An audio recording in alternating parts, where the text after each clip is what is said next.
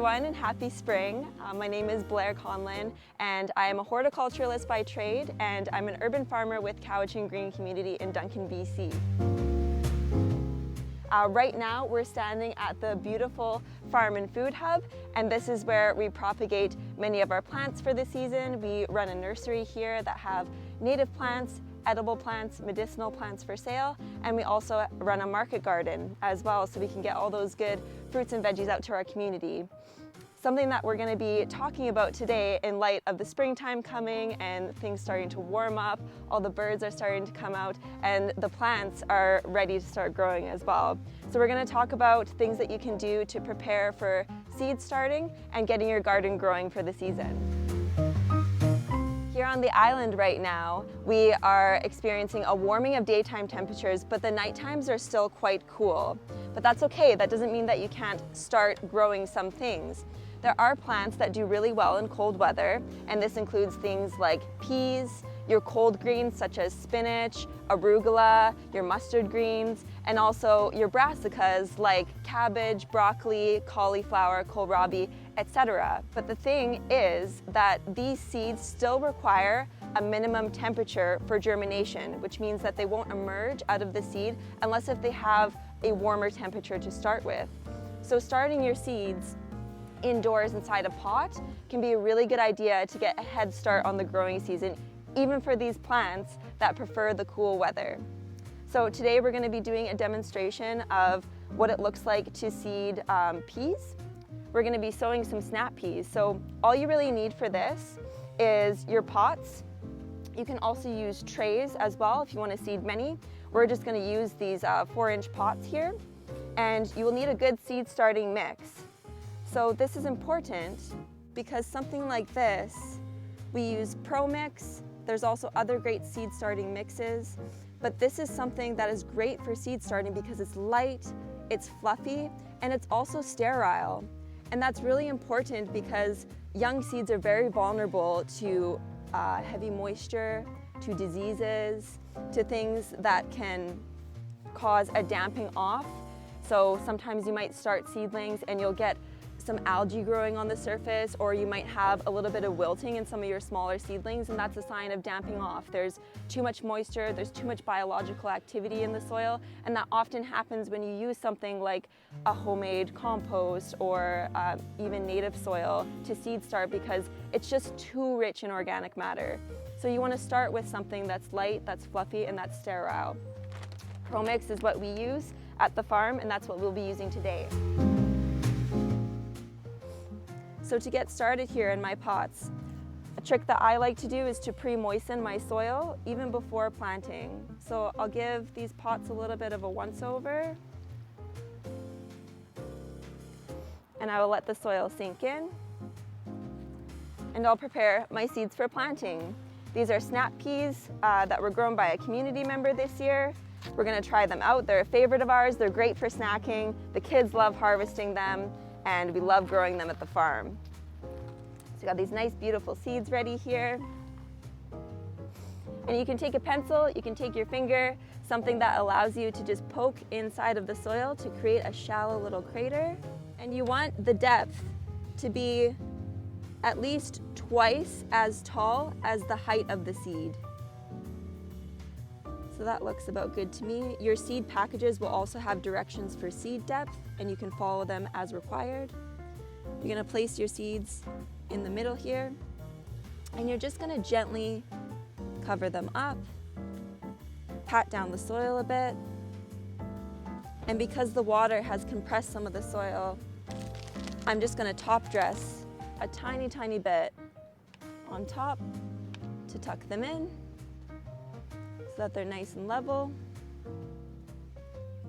And then now comes your second watering. So you're just going to do a once over and a twice over. Let the water sink in for a little bit. So now that you have your small seed planted and ready and it's watered, you're going to place it in a location that has ambient temperature around room temperature. So you can place it in a greenhouse if you have it, if it gets warm enough, or you can place it inside, ideally at a south-facing window so that it gets lots of light and there's lots of warmth. You can also use a seed heating mat underneath, and what that does is you plug it in and it creates heat at the bottom of the pot that radiates upwards towards the seed. It helps speed up your germination rate, basically. And once your seed sprouts, you remove your heating mat, it's ready to go, and you can either allow it to grow inside of its growing space, or it might be ready to plant out.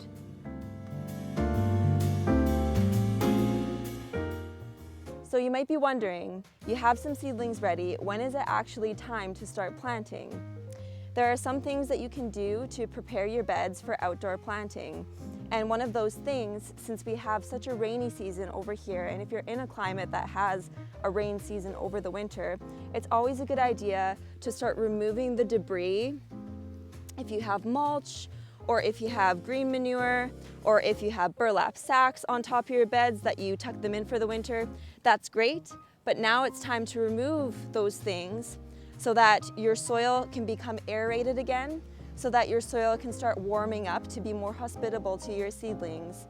And so it can be workable, because over the winter, when your soil gets saturated and it has so much water that it's holding inside, it's not beneficial to immediately start tilling and start working in that soil, because you can mess up the structure of the soil. You can get clumps and clogs, and it doesn't help steward the soil to be that beautiful, light, aerated soil that your seedlings need to be able to put out their roots and to be successful. For cold crops that are already started, they can actually handle things that, as long as they're above freezing, they're okay. So if you're in an area where overnight temperatures have stopped freezing, you'll be okay to plant something like peas or your cold greens or your brassicas. So once they're up and ready, you'll just gently take your cells. You want to take your little seedling and just gently pop it out from the bottom. Take the top and just tease out the roots here, being very, very careful with your little plant. Admire the beautiful growth that has happened over these few weeks that you planted. You can tease out the roots a little bit. And when you're ready to plant, and you take your seedling and being nice and gentle, just moving the soil over top. And now you've transplanted your seedling. All that's left to do is to give it a little bit of water once it's done planting, and monitor it as it starts to grow. It's also not too late to start planting some of those heat-loving veggies, such as tomatoes, peppers, eggplants, melons, cucumbers, things that really require a lot of heat throughout the summer and are very sensitive to frost. We've started planting our peppers and tomatoes here at the Farm Hub, and they've done quite well. But right now, if you're interested in growing these from seed, you would have to start them inside right now and provide them lots of heat and lots of sunlight. If you have grow lights, even better. A sunny window can do as well, as long as it's south facing. And you want to raise them until they're about this tall. And when the frost passes, here in the Cowichan Valley, this usually happens the first week of May. And so when the frost is going to pass, these will be ready to transplant. We will place them in our high tunnels so that they're protected. You can also plant them out into the field, just as long as they're not going to be touched by frost, because as soon as frost kisses the leaves of these tender and sensitive plants, unfortunately, they might not be able to survive. So you really want to be sure to propagate them inside and make sure that they have lots of vigor and lots of strength before they go out into the field. So if you're a gardener who is not interested in starting seeds inside, or you're just wondering when to start direct seeding directly into the soil, we're wondering the same thing. It's been a very, very cold season here in the Cowichan Valley, and we're constantly monitoring the soil to see when might be best to start our seeds. Because even plants that tolerate the cold, they still need a certain temperature to be able to germinate. Typically, you want a minimum of 10 to 15 degrees Celsius for optimal speed of germination on your soil surface. The way that we monitor these beds is by feel. So if our beds are still kind of soaking wet, they're very, very cold to the touch, they might not be exactly workable for us to direct seed. So if you take your thermometer and you put it inside the soil in the late afternoon, and you see that it's hitting that 10 degrees, 12 degrees, 14 degrees Celsius of a temperature, that can be a really good indicator that you can start directly sowing your seeds in the ground.